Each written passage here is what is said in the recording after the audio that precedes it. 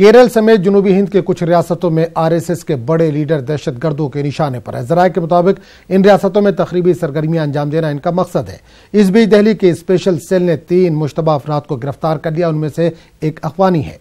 गिरफ्तार शुदगान की शनाख्त वली मोहम्मद, शेख रियाजुद्दीन और मोतसिम के तौर पर की गई है।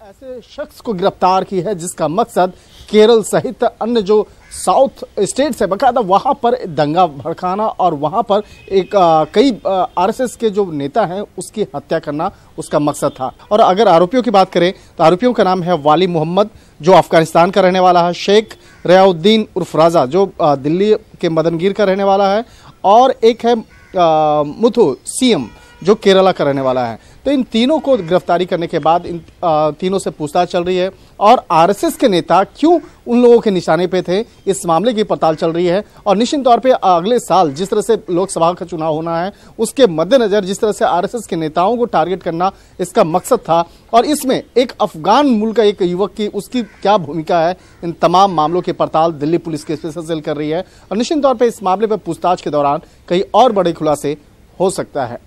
वीडियो जर्नलिस्ट वैभव के साथ शंकर आनंद, न्यूज 18 दिल्ली। वज़ीर-ए-आज़म नरेंद्र मोदी आज मुंबई में national museum of Indian cinema का इफ्तिताह करेंगे। इफ्तिताही तकरीब में फिल्मी दुनिया के कई सितारों को मदऊ किया गया है। अमिताभ बच्चन और अक्षय कुमार के आने का इम्कान है। बताया जाता है कि इस म्यूजियम को बनाने में 140.16 करोड़ रुपए की रकम खर्च हुई है। म्यूजियम 2 इमारतों पर मुश्तमिल है।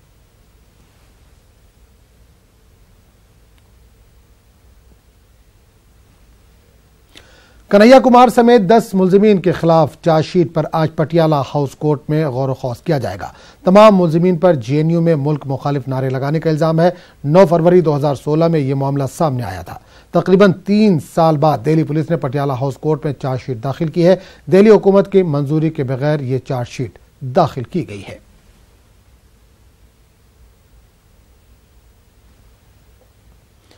आईआरसीटीसी घोटाला मामले में दिल्ली के पटियाला हाउस कोर्ट में समाअत है। घोटाले के मुलजिम बिहार के साबिक वज़ीर आला लालू प्रसाद यादव को आज वीडियो कॉन्फ्रेंसिंग के जरिए कोर्ट में पेश होना है, जबकि राबड़ी देवी और तेजस्वी यादव अदालत में पेश होंगे।